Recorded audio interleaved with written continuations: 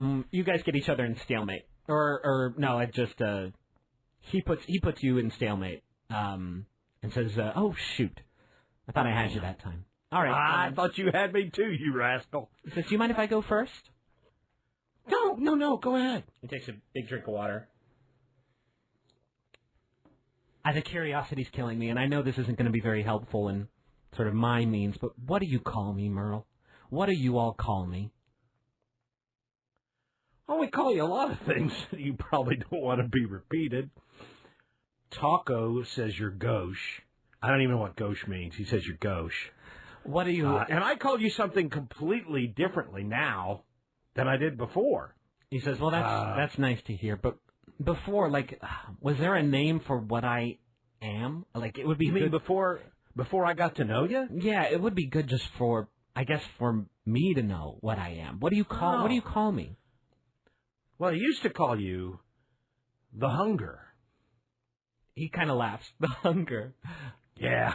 He says, yeah. I kind of like that. I thought you might. Maybe a little inaccurate. What? Is there something you want to know, Merle? Yeah. There is something I'd like to know. Are you my friend? Not what I was expecting.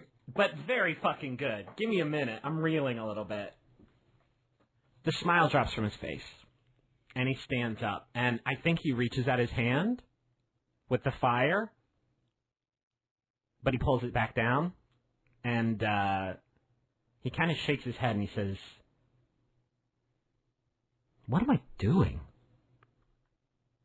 And he looks out the window for like a minute without talking, and he turns back to you and says, "To have friendship, Merle, it requires you to love someone and be invested in your shared happiness. And these things, Merle, friendship and love and happiness, they're all so small.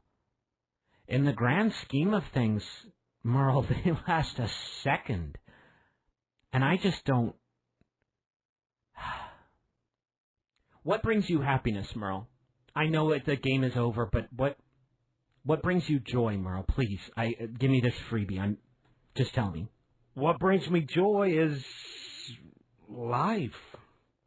I think you can find joy anywhere in life. I think it's a conscious choice. I think you choose joy in life. And no matter how bad things are, no matter how crummy, no matter how dark, no matter how many times some guy named John kills your ass, he chuckles, you find joy.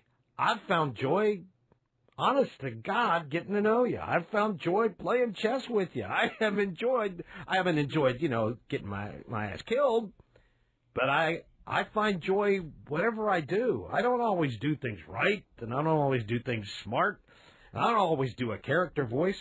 But whatever I do, I find joy in it, because at the end of the day, that's all you got. It's looking back on the joy you had, and the joy you found, and the joy you gave other people.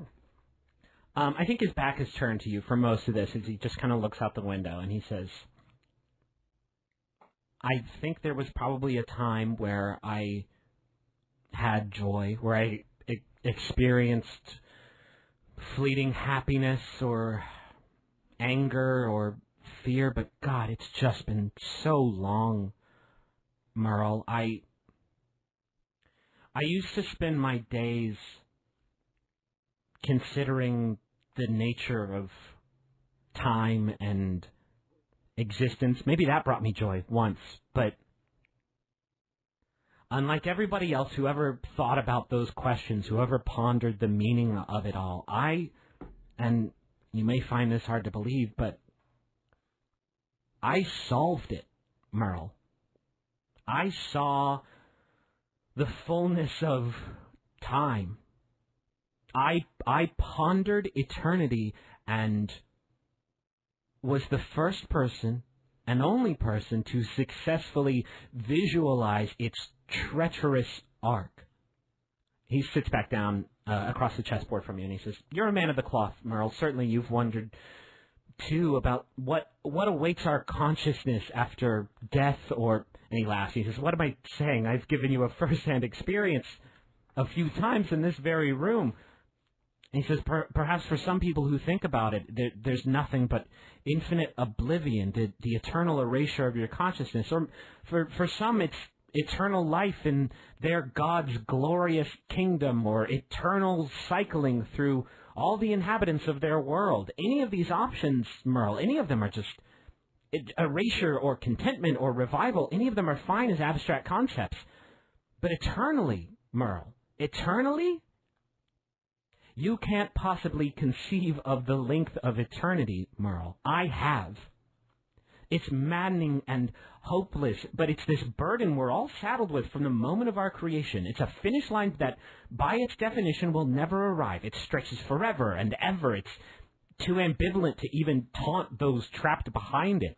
It is the cruel price of existence, Merle, and it is too horrible to bear once you've seen it. Existence, Merle, life, Merle, is horrible. To exist, to live, is horrible.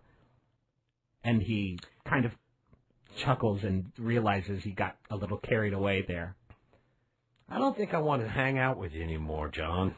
I think I'm going to take off.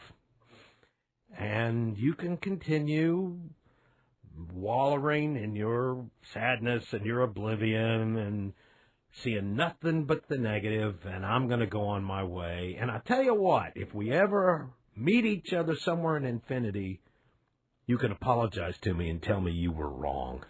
He chuckles a little bit, and he turns towards you and he says, "I'm sorry you feel that way. You're the first person who I've sort of talked about this to who hasn't listened. Everyone listened, Merle. I'm not being hyperbolic. Every person in the world was swayed. I don't know why you're different, but everyone else listened. Everyone across our whole plane of existence. Our shared vexation with life covered the world like a blanket, and soon every bird in the sky and every tree and every forest and every blade of grass and grain of sand shared our fury, and it wasn't long before it changed us." And I think as he's talking, Merle, you see this scene outside, this constant orange sunset start to turn inky and black with these colorful ribbons of light that you've seen inside the Hunger so many times. And he says, "We changed our entire plane into something new altogether, a single being fueled by discontentment, searching for something bigger than this existence regardless of the cost." He turns towards you and he says, "You call us the Hunger. That's not entirely inaccurate, because we are hungry. But it would be more accurate to simply call us dissatisfaction. But soon," and he holds up his hand and says, "you will call us ascendant." Well, we'll see.